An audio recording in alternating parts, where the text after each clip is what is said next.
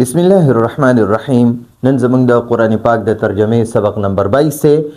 سوره بقره شروع ده. اول سپاره ده، 15 رکو ده ان شاء الله. نن د 15 رکو اولنې آیات ته او د سوره بقره د شروع نه 40 نمبر آیات ته 40 نمبر. نن به ان شاء الله مونږه د یو آیات لفظي ترجمه او ورسره تفسیر کوو. نو اول تلاوت کو. اعوذ بالله من الشیطان الرجیم. بسم الله الرحمن الرحیم. يا بني إسرائيل اذكروا نعمتي التي أنعمت عليكم وأوفوا بعهدي أوف بعهدكم وإياي فارهبون. صدق الله العظيم. خجي یا بنی اسرائیل، بنی په اصل کې زامن ہوتا وای، زامن ہوتا. او اسرائیل دا د یعقوب علیہ السلام لقب دی. او دا بنی چې ده کنه، بنی دا د ابن جمع ده. دا بنی چې ده دا جمع ده او د دې واحد راځي ابن یو زوی ته وای. ابنانی دو زامن ہوتا وای. او بنونه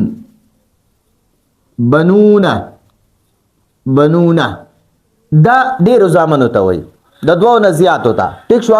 بنونه جمع لري او دا بنونه چې کله حالت نسبی او جری ته وړي کنه، نو بیا دا بنی ناراضي. بنینا.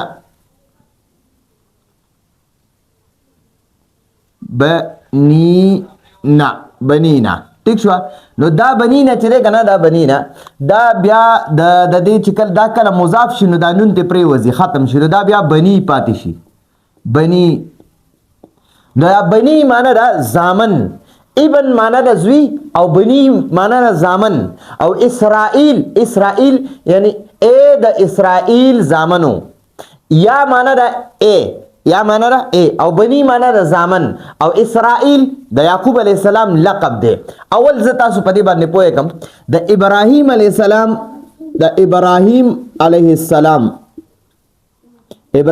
السلام چې دی د درې بیبیانې وي. اوله بیبي سارا ده، او دویمه بیبي چې ده هغه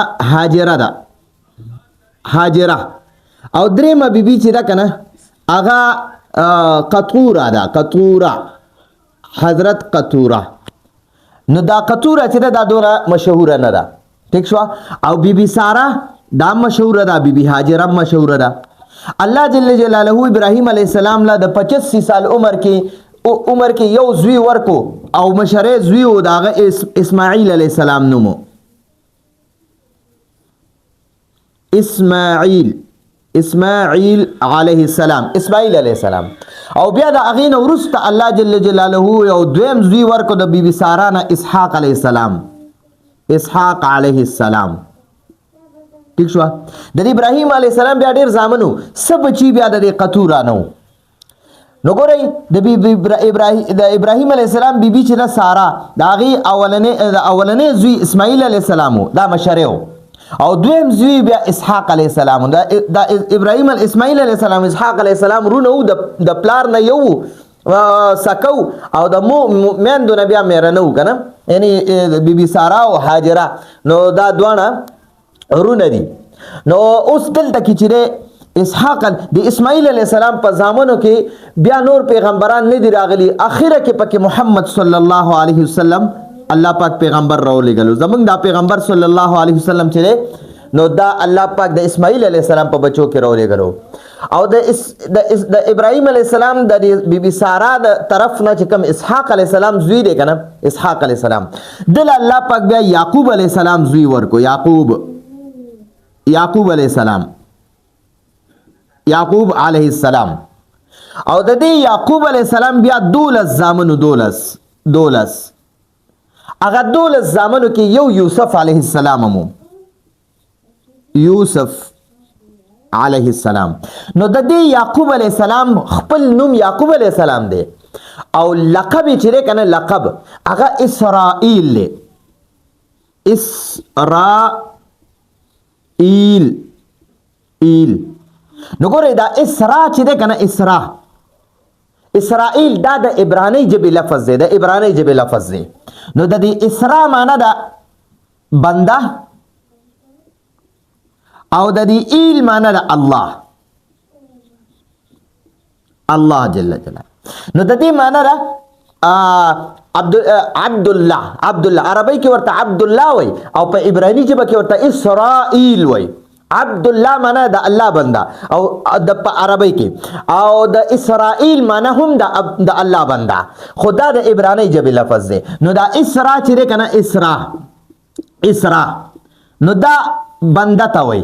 او ایل چې ده کنه ایل دا الله ته وای الله ته ٹھیک شو جی امید دی تاسو په دې باندې پوه شوي دا تاریخ د تلک زکه وایم چې دا ډېر لازمي دی دلته زمونږ اوس په کار راځي او بیا به زه دومره تفصیلي نه وایم دا یو آیات موږ ځکه منتخب کړی دی چې د بني اسرائیلو اکثریت دغه چې دی دا تاریخ په انشاءالله موږ دلته کې وایو نو د یعقوب علیه السلام خپل نوم اسرائیل دی او د دې خپل نوم یعقوب علیه السلام دی لقب اسرائیل دی لقب اسرائیل دی او د دې یعقوب علیه السلام 12 زامنو په هغه 12 زامنو کې یو یوسف علیه السلام مو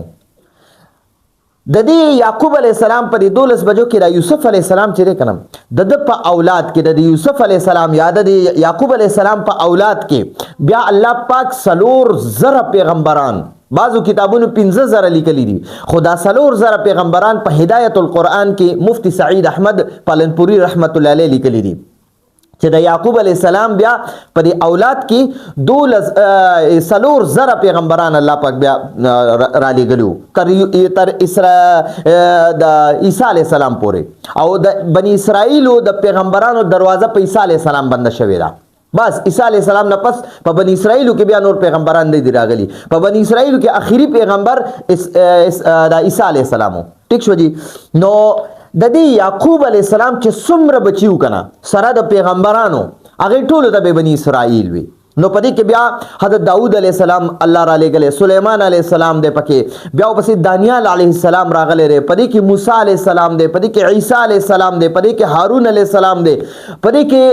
ډېر زیات پیغمبران د اسحاق علیه السلام د زوی چې دی یعقوب علیه السلام د په اولاد کې الله را لېږلی نو د یعقوب علیه السلام د ټولو بچو ته بني اسرائیل وای بني زامنو ته وای او اسرائیل د یعقوب علیه السلام لقب دی نو د یعقوب علیه السلام زامنو د یعقوب علیه السلام زامنو نو دلته د یا بني اسرائیل معنی را د یعقوب علیه السلام زامنو خجی اوس وګورئ دا بعض مورخینو تاریخ دانان چې ورته وي تاریخ دان نو بعضو تاریخ دان ویلي دي کنه وای د یعقوب علیه السلام 12 زامنو دا خو د قرآن او د حدیثو نه ثابت دي خو په دې 12 زامنو نه بیا 12 قبیلې اوچلې دي 12 قبیلې اوچلې دي نو په دې 12 قبیلې کې 2 قبیلې چې دي کنه 2 قبیلې په دې افغانستان کې کوه سلیمان ورته وي التکرالل ځکه د بني اسرائیل باندې بیا د مصر چې کم فراعنه براتلل کنه فرعونیان نو هغه په دې زیاتې کولو ظلم او زیاتې به کولو نو دې کې بیا 2 قبیلې رالي 2 زامنو بچی رالل کوه سلیمان کې اوسېدل کوه سلیمان کې نو بیا چې کله هغه لس بچی په مصر کې پاتې شو کنه نو هغه لس بچی چې کنه نو دی بیا شام ته لاړل الته کې شام کې بیا اوسېدل دا سو وخت کې پس نو په دې باندې بیا الله پاک یو ظالم بادشاہ مسلط کو داغه بخت نصر نو نو هغه بخت نصر چې کنه د دې ځوانان به شهیدانول او د دې بوډاګان به پرې خودل ماشومان به پرې خودل ماشومان به پرې خودل د دې لسو زامنو د اولاد د دې مشران به د ځوانان به قتلول ماشومان او مشران به پرې خودل نو دوی به خپل غلامان جوړول دا مشران به خپل غلامان کړه دا ماشومان به خپل غلامان کړل بیا دې بخت نصر داسې وکړ چې د دې بني اسرائیلو د زنانو بیزتی شروع کړه نو دغه بني اسرائیلو د لس زامن چې وکنه دا د افغانستان کوه سلیمان ترالل په د چې کم 2 ورونه مخکې راغلو هغه پسې رالل چې تاسو راشئ او دا بخت نصر زمونږ د زنانو بې عزتۍ ته لاس واچول. نو دا د افغانستان دا کم خلک چې دي کنه دا کم 2 زامنو بچي چې وو دوی دلته غټې غټې قبیلې جوړې شوې وې نو هغې بیا آف غا شروع کړه لکه هغه ډېر زیات غصه شو او د خولې نه آف غا وتل نو هغې نه دوی نوم کېښودی شو افغان. نو دا بعض مورخین وایي چې دا د یعقوب علیه السلام هغه بچو کې د 2 زامنو بچي دلته کې راغلي نو دوی ورسره بیا لاړل دوی پښتانه وو بیا پښتو به هلته کې ویله دوی بیا ورسره دا 2 زامنو بچي هم شول او هغه د 10 زامنو بچي هم شول او لاړه بخت نصر سره جهاد وکړو او هغه بیا مردار کړه. نو بیا د دې پښتنو نه دی پښتنو د دې 2 زامنو نه بیا پښتنو سلسله او چلیدا پښتنه نو بیا د پښتنو ته د پښتانه د کم ځای نه د نوم کېښودی شو. بیا چې کله نبی علیه السلام په زمانه کې خالد ابن عبدالله رضی الله عنه خالد ابن عبدالله رضی الله عنه او د سره 9 ملګري نور نبی علیه السلام دی له تشکیل ورکو افغانستان ترالل او بیا د خلکو له بیا دغه ورکولو دعوت په ورکولو د مسلمانېدو. نو بیا دغه کوه سلیمان تراغلی دي نو چې کم د بنی اسرائیل قبیلو د دې دوانو قبیلو کم مشر کنه دغه قیس نومو قیس دا قیس د عبرانی ژبې لفظ دی د عبرانی ژبې لفظ. نو دا قیس چې دا د پښتنو بیا مشرو د بنی اسرائیلو دا کم 2 زامن چې راغلیو کنه نو د دې بیا مشر قیس دا د بنی اسرائیلو د دې زامنو مشرو په افغانستان کې. نو دې قیس ورته وی د 8 صحابه ته خالد ابن عبدالله رضی الله عنه ته وی چې یاره تاسو کوم مشر را لېږلی کنه هغه مشر سره به موږ ملاقات کوو یعنی محمد صلی الله علیه وسلم سره موږ ملاقات کول غواړو. نو دیم هغه 8 صحابه سره پورا قافله لاړه مدینه منوره ته د رسول الله صلی الله علیه وسلم ملاقات لا رسول الله صلی الله علیه وسلم سره ډېر خولي خوږی خبرې وشوي او نبی علیہ السلام ورته اسلام پیش کو دی اسلام قبول کو او په اسلام سره به انتها زیات عشق او محبت شو. نو بیا د قیس سره نبی علیہ السلام د نوم د قیس نوم عبدالرشید هم کې خودو نو د بیا نوم شو قیس دا عبرانی ژبې لفظ دی او عبدالرشید چې قیس عبدالرشید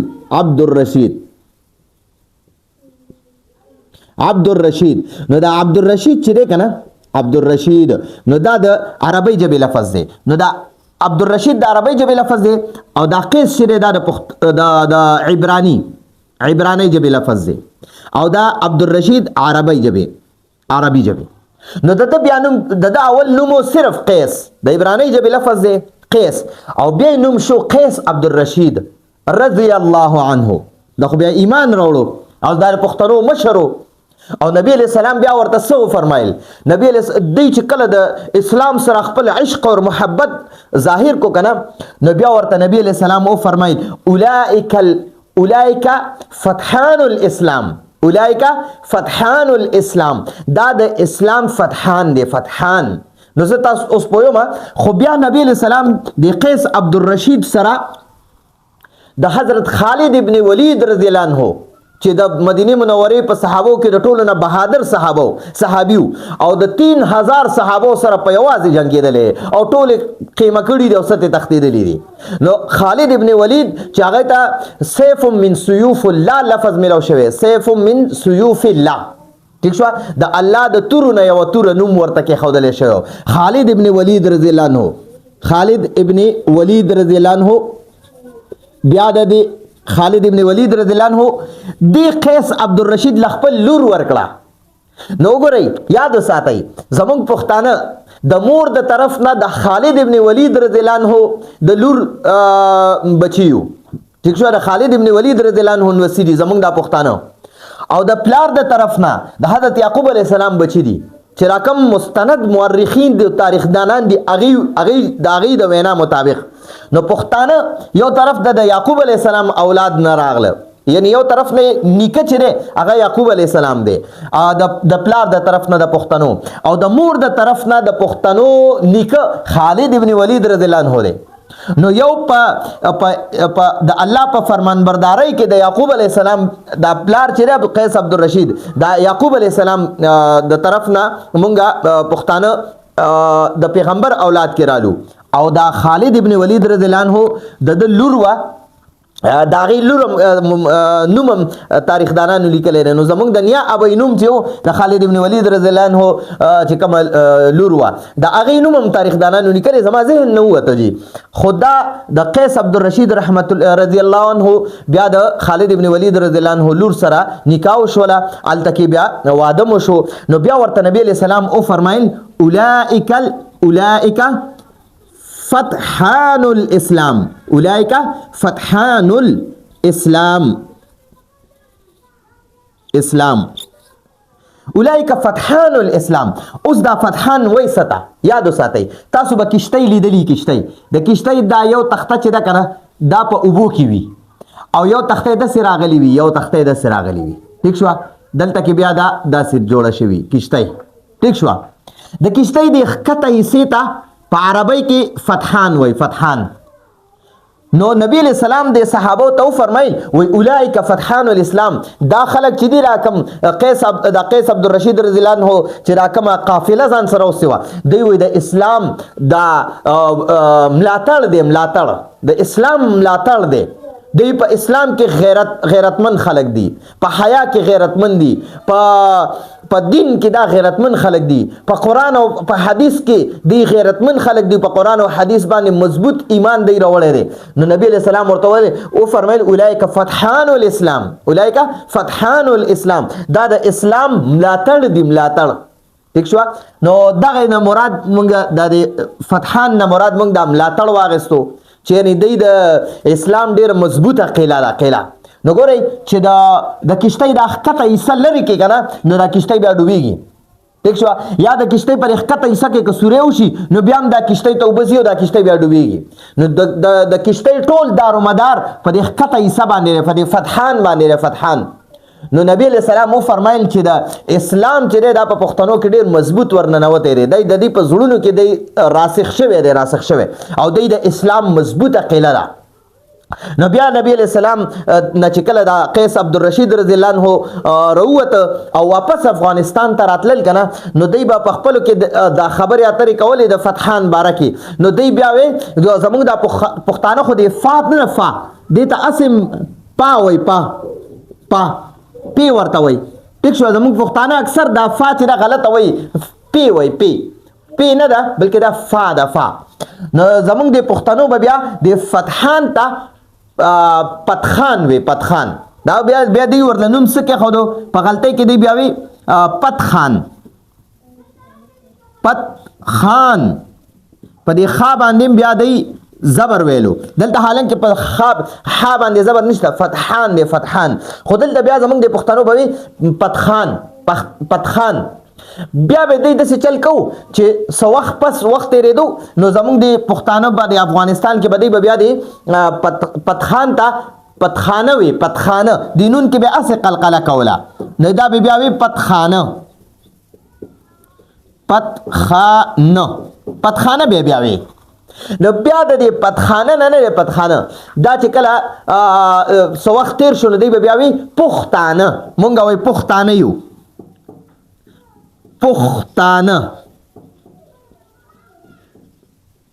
پښتانه نو بیا دا پښتانه چې دي کنه پښتانه دا چې بیا کله دی اٹک طرف تلاړل او افغانستان د اٹک نه وړېدل کنه نو بیا بدلته کې د پنجابیانو باندې پښتانه ته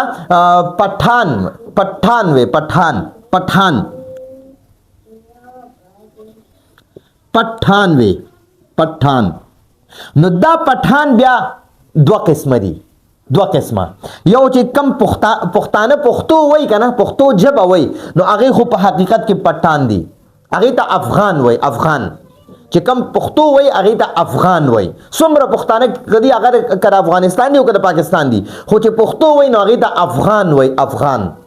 ٹھیک شو جی او چې کم پښتو نه وای اردو وای کنه پر پنجاب کې هم تاسو کتلی باز یو پنجابي وای هغه ته وای خان نوم لیکلې خان نو هغه کې بیا چې کم دا یو قوم دی نو هغه قوم چې وی کنه نو هغه قوم والا پښتانه نه دي خو هغه تم پټان ویل کیږي دا د پښتنو بیا دوا ایسه شولې نو دا یو پښتو وای نو دی ته هم پټان وای پټان وای. ټیک شو. او هغه چې کم پښتو نه وای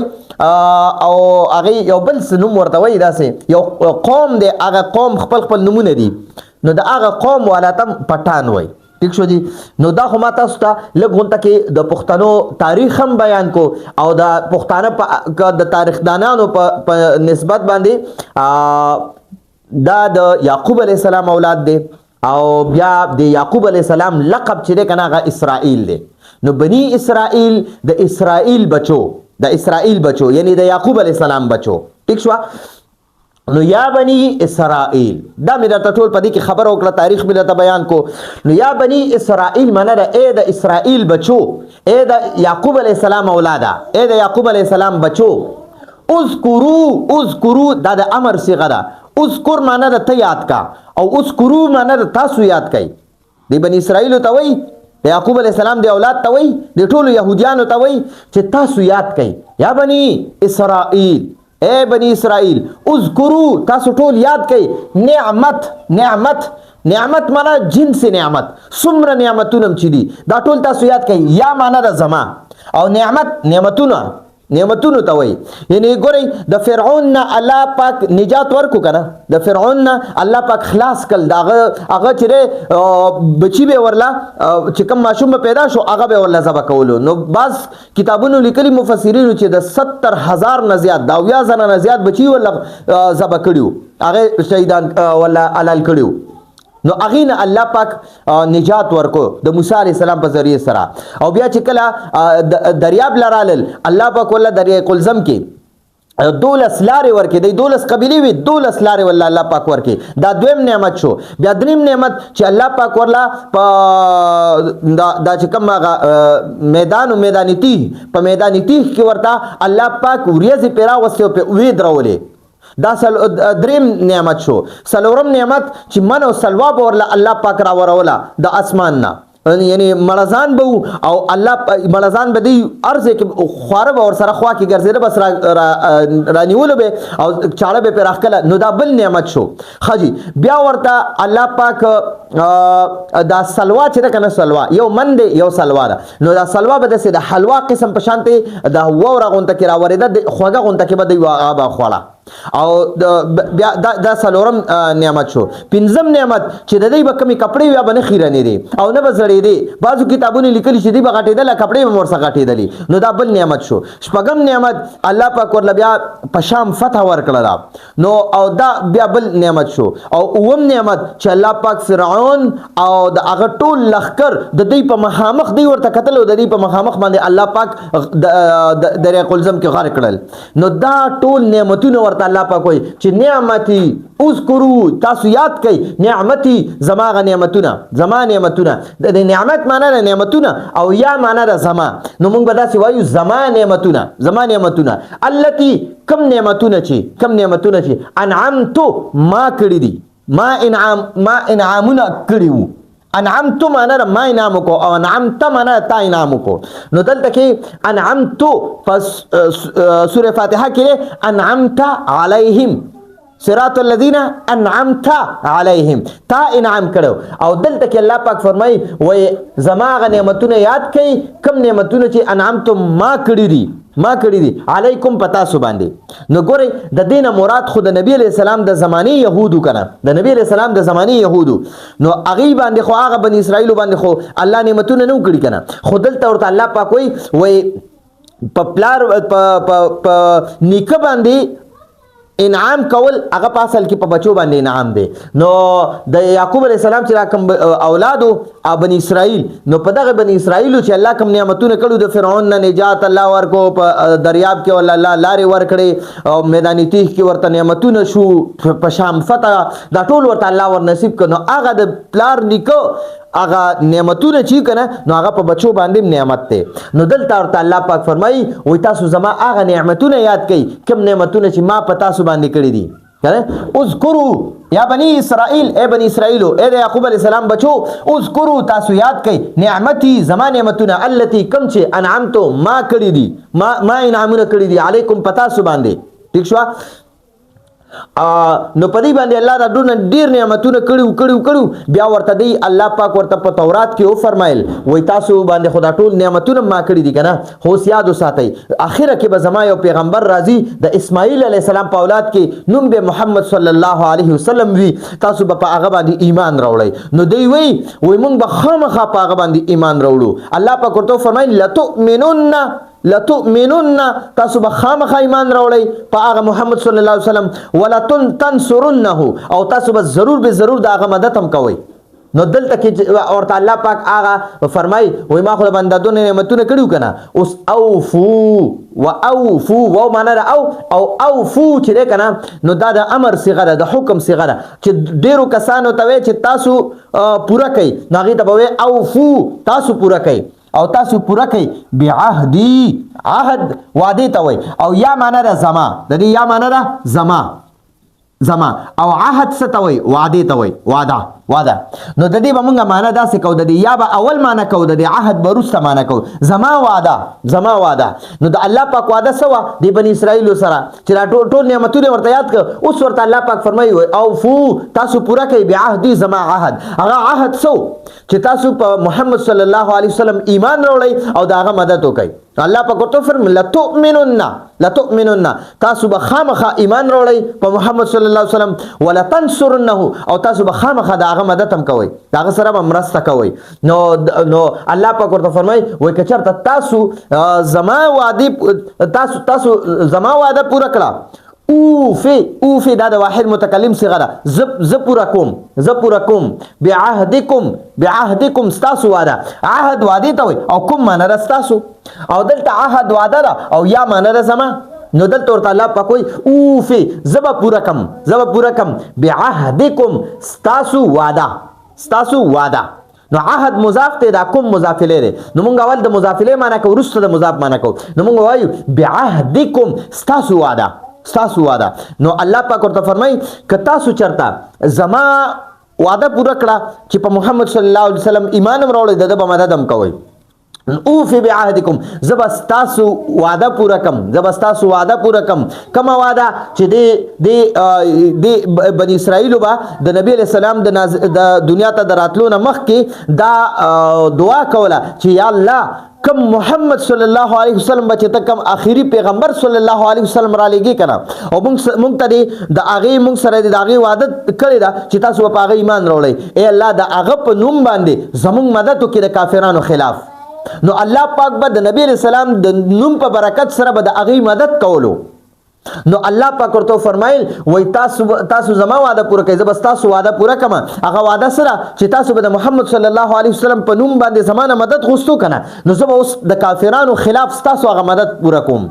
نو اوفي زبر پوره کم بعهدکم تاسو وعده نو وعده سوا چې الله پاک ورسره وعده کړی و کته سو زما وعده ومنه کنه چې په محمد صلی الله علیه وسلم ایمان وروړي او د هغه تابعداري وکي او د هغه مدد کوي نو اوفي بعهدکم زما بیا تاسو وعده پوره کوم چې د دشمنانو خلاف به تاسو مدد کوم نو هغه دغه دا اوفي زما پوره کوم بعهدکم تاسو وعده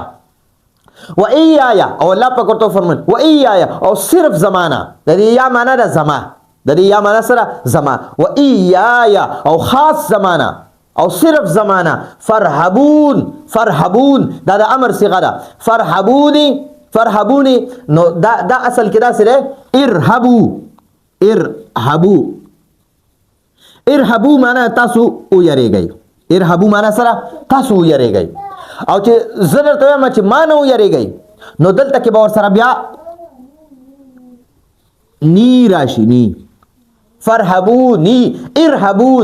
ارهبو بیا په شروع کې فاء لګی دا نو دا حمزه را حرکت بیان ویل کیږي نو دا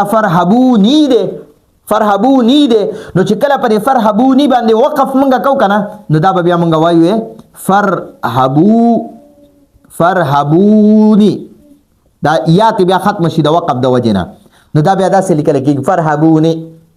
نو فرحبون ناغیات بیا دا یا ضمیر متکلم دا بیا حذف شي د دې وقف د وجه نه نو دلته په وقف شوی دی نو د دې نون نه یا حذف شوی دا نو فرحبونی معنا تاسو انت پر ارحبو کې انت ضمیر دی انتم ضمیر دی انتم په دې کې دا انتم ضمیر پټ دی انتم معنا تاسو او ارحبو معنا او یریږي او نی معنا د زمانہ نو تاسو زمانہ او یریږي فرحبونی نو تاسو زمانہ وره او ایا خاص زمانہ فرحبونی تاسو یریږي نو تاسو خاص زمانہ او صرف زمانہ یریږي د بل چا نه مې یریږي دی بنی اسرائیل کې بداسو چې دی به رهبانیت کول رهبانیت کنه نو د علاقې خلکو بدایله خوراک سکاک ور کول او دیله به مال دولت راوړلو دی به راغونډه کول راغونډه نو تاسو چرته زما نو دلته ورته الله پاک ځکه فرمایي فرحبونی زمانه یریږي د دې خلکو د خیراتونو نه او د دې د زکاتونو نه او د دې د دغه نه چې کوم تاسو لا راوړنی کوي لکه څنګه پیران چې دی هغې له خلک وړي او هغې ته په خزانو کې ورچوي نو دغه شان دی بني اسرائیلو لبم خلکو راوړله او ورته به وایي چې یاره دا د پیغمبرانو بچي دي اولاد دی نو دوی لبم خلکو دا خیرات او زکاتونه دا به ورله راوړل نو الله پاک ورته فرمایل چې تاسو زما خبره ومنئ چې زما په پیغمبر صلی الله علیه وسلم ایمان راوړئ د هغه مدد ملګری شئ د هغه مدد به کوئ اوفي بعهدکم زه به ستاسو مدد کوم او تاسو به زه د دشمن خلاف کامیابوم او ایا فرحبون او صرف زمانه یریږي د دې خلکو د خیراتونو زکاتونو بندیدلو نه مې یریږي چې تاسو باندې ایمان امراوړو نو تاسو باندې به د خلک خیراتونو زکاتونه بند کړي د دې خبرې نه مې یریږي بلکې خاص زمانه یریږي زبر تاسو مددونه او نصرتونه کوم نو دا زمونږه د یا بنی اسرائیل اذکرو د فرحبون پورې دا یو آیات دغه ترجمه تفسیر اوس په مختصر ترجمه وایو جی یا بنی اے بنی اسرائیلو اذکرو یا بنی اسرائیل اے د اسرائیل بچو اے د یعقوب علیہ السلام بچو اذکرو تاسو ټول یاد کئ بعهدی نعمتی زما نعمتونه التی کم چې انعمتو ما انعامونه کړیو علیکم پتا سو باندې واوفو او تاسو پورا کوي بعهدی زما وعده اوفي زب پورا کم بعهدکم ستاسو وعده و ایایا او خاص زمانہ او صرف زمانہ فرحبونی تاسو ټول یریږئ تاسو ټول صرف زمانہ او یریږئ نو دا زمونږه د نن ورځې درسو تاسو ځان سره د دې تاریخ لږ تصویرم واخلئ سکرین شاټ واخلئ کوشش کوئ دا په دې باندې ځان پوهه کوئ او دا زمونږه د نن ورځې درسو راتلونکي درس پر اجازه غواړو هذا هو المرام والله اعلم بحقیقة الكلام